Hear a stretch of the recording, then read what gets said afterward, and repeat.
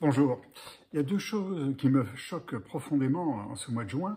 Deux choses que je voudrais vous dire rapidement, c'est l'un sur la réindustrialisation, l'autre sur le transport aérien.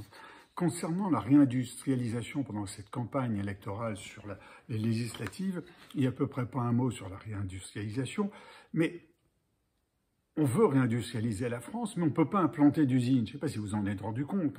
Là, c'est que la décision économique d'implanter une usine est régulièrement contrariée par toutes sortes d'oppositions et de recours. En France, il faut environ 10 ans pour ouvrir une usine. Alors des recours écologiques, paysagères, sonores, de trafic routier, de densité de lieux industriels, etc. Alors les industriels ne peuvent plus s'implanter dans les villes, donc ils vont dans les campagnes et là ils gênent les nouveaux travailleurs. On ne peut pas ouvrir. Ainsi, il y a le DUF, vous connaissez, ça date d'il y a un certain temps, il a mis 6 ans pour réussir à envisager de créer une usine de 500 emplois.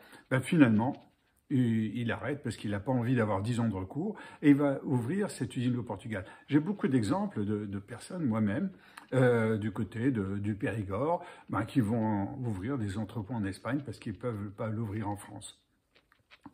Alors, réindustrialisation, oui, mais le cas n'est pas anecdotique. On est loin là de l'IRA américain, l'Inflation Reduction Act. L'Inflation Reduction Act, c'est une volonté d'installer des usines. Et il n'y a pas de problème, une usine s'installe en 1 an, 2 ans, 3 ans. Ça y est, comme on le voit en Angleterre, en Allemagne. Mais en France, non, c'est 10 ans. Donc, merci à nos pays voisins d'accueillir les industriels qui créent des emplois. Ça, c'est un sujet dont on ne parle pas pendant cette campagne électorale. Bien, cette campagne électorale législative. Et puis, un deuxième point, moi, qui me sidère aussi. Alors, je ne vais pas me faire d'amis. Allons-y, c'est le transport aérien. Le transport aérien mondial, d'après la source IATA pour 2024, c'est 1 milliard d'euros pour 5 milliards de passagers. C'est à peu près 200 € le siège. Et un bénéfice qui tourne à 3%. Si on regarde Ryanair, Ryanair, c'est le champion européen. Pour 2023-24, c'est 50 € le siège. C'est un courrier, c'est un prix moyen. Il arrive à le vendre plus cher avec plein de petits suppléments. C'est 13,4% de bénéfices nets et non pas 3%. Et un taux de remplissage de 94%. En fait, le bénéfice du transport aérien, il est induit dans la destination et les dépenses réalisées. C'est-à-dire que les villes, les régions ont intérêt à avoir du transport aérien pour avoir des dépenses de tourisme, etc.